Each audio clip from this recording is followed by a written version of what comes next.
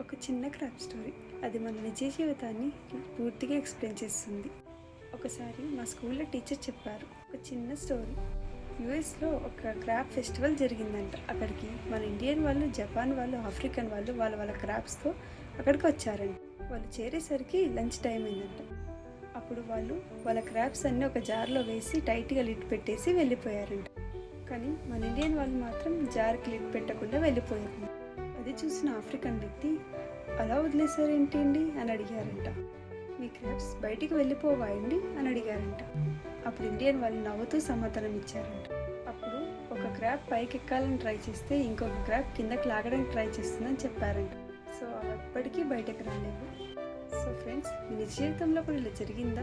మీరు పైకి ఎదగాలని ట్రై చేస్తుంటే మిమ్మల్ని వెనక లాగడానికి ఎవరైనా ట్రై చేస్తున్నారా? అయితే ఎస్ అని కామెంట్ చేయండి, లేదంటే నో అని కామెంట్ చేయండి. మీ ఎక్స్పీరియన్స్ని కూడా నాతో షేర్ చేసుకోండి. Thank you.